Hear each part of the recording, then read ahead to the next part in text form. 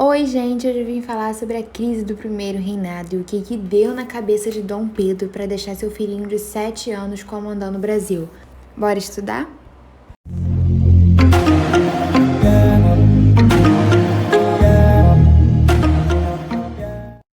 Então, na nossa última aula eu terminei falando sobre a Confederação do Equador.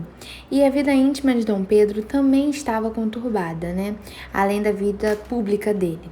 E se a gente parar para pensar, muitas das vezes a vida privada e a vida pública de um rei acaba se interligando e tudo se torna diplomático, como casamentos, morte. E em 1825, a Leopoldina dá à luz a Dom Pedro II, que seria o sucessor, de Dom Pedro I. E 3 meses depois do nascimento de Dom Pedro II, ocorre a morte de Dom João VI, lá em Portugal. Bom, Dom João ele tinha uma preferência por Dom Pedro, para que Dom Pedro ficasse no poder, já que ele era o primogênito. Já Carlota preferia que Dom Miguel ficasse. Até que quando eles foram ler o documento que Dom João VI deixou, falava o seguinte, que era para ficar no poder a sua filha Isabel Maria, para que depois um legítimo herdeiro assumisse. Quem era esse legítimo herdeiro? Então, Isabel Maria ela vai assumir o trono e vai mandar uma comissão para o Brasil para chamar Dom Pedro. Mas é muito importante a gente lembrar que Dom Pedro ele não era bem-vindo em Portugal, visto que ele tinha feito o Brasil se tornar independente. E aí, diferente do seu irmão Dom Miguel, que era amado naquele país, enfim. E para solucionar esse problema, Maria da Glória, a filha de Dom Pedro, ela vai se casar com o seu irmão, Dom Miguel. E mais um evento veio para atrapalhar a vida do imperador, com a morte da Leopoldina em 11 de dezembro de 1826, durante um parto, no qual ela não aguentou. E, bom, com a sua morte vieram à tona várias cartas que ela fazia para sua irmã, para o seu pai, no qual ela sempre desabafava muito sobre a raiva que ela tinha de Dom Pedro e da sua amante Domitila. Inclusive, Dom Pedro, ele teve filho com essa amante, e aí ele até deu um título para essa criança, que seria uma Duque de Goiás. E na sua última carta, ela falava que Dom Pedro, ele converteu-se em um monstro sedutor. Ela dizia, acabou de dar-me a última prova de seu total esquecimento a meu respeito, maltratando-me na presença daquela mesma que é a causa de todas as minhas desgraças. E ela estava se referindo a Domitila. Bom, e já sobre a vida pública de Dom Pedro, ele sofria muita, mas muita perseguição nesse momento, justamente porque parecia que ele estava mais interessado na ex-metrópole e na sua vida pessoal com sua amante do que em qualquer outra coisa.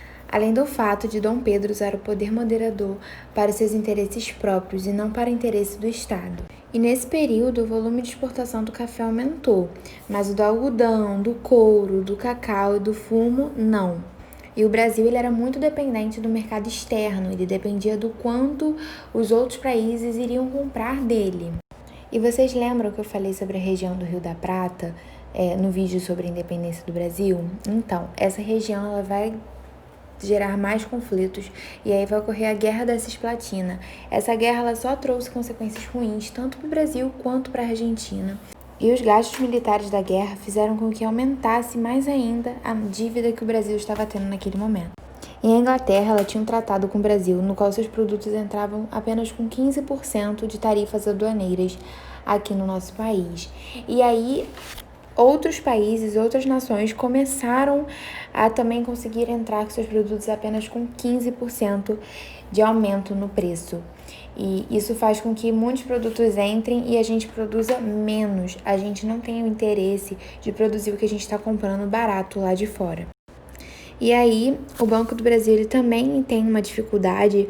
Essa dificuldade ela vinha desde 1821, quando Dom João VI ele retirou toda a moeda, todo o ouro que tinha depositado no Banco do Brasil. E aí, Dom Pedro não teve outra saída a não ser emitir uma grande quantidade de moeda. E quando ele fez isso, aumentou o custo de vida e a gente tem uma desvalorização da nossa moeda. E nesse momento surgem muitos jornais de oposição a Dom Pedro e muitas das vezes ele ia pessoalmente tirar satisfação com os jornalistas. Daí, nesse mesmo momento, tem a morte de Líbero Badaró, que era um jornalista de oposição, a Dom Pedro. Ele falava que o governo imperial ele andava exercendo uma espécie de autoritarismo negligente. Ele era sempre anti-lusitano e a favor de uma liberdade brasileira. Então, quando houve o boato de que a morte dele tinha sido mandada por Dom Pedro, justamente pelos antecedentes de Dom Pedro de arrumar confusão com jornalistas, muita gente acreditou e até os liberais moderados começaram a ficar a favor da oposição a Dom Pedro. E foi nesse contexto que Dom Pedro viaja para São Paulo a fim de conter ideias do federalismo que estavam acontecendo por lá. E aí, quando ele retorna à capital, ele recebe uma festa. Dessa festa, os opositores enxergaram como uma ameaça e acontece um conflito conhecido como a Noite das Garrafadas. Bom, esse conflito ele teve início dia 11 de março e ele durou até dia 16 de março. E houve muito quebra-quebra, agressões, insultos, enfim. Cada dia que passava, aumentavam as manifestações, os tumultos e muitos boatos sobre morte de deputados, prisão de senadores e até de um golpe de Estado. E isso fez com que aumentasse a tensão para o fim do imperador. Daí, no dia 6 de abril, uma multidão de 4.000 homens se reúne no campo de aclamação, protestando contra o imperador.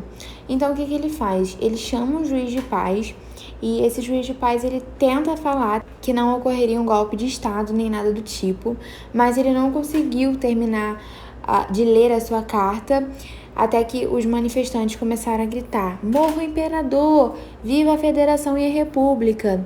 Então, quando a pressão já estava num nível enorme, o imperador abdicou e deixou seu filho, Dom Pedro II. E essa notícia deixou muita gente feliz, com vivas ao Pedro II, imperador e constitucional do Brasil. E quem vai ficar como tutor de Dom Pedro II será José Bonifácio, que é um pouco contraditório, mas foi isso que o Dom Pedro I decidiu. E aí Dom Pedro I vai embora para Portugal com a sua esposa, almejando o trono português. Por fim, a abdicação ela foi um marco na história, representando um novo tempo.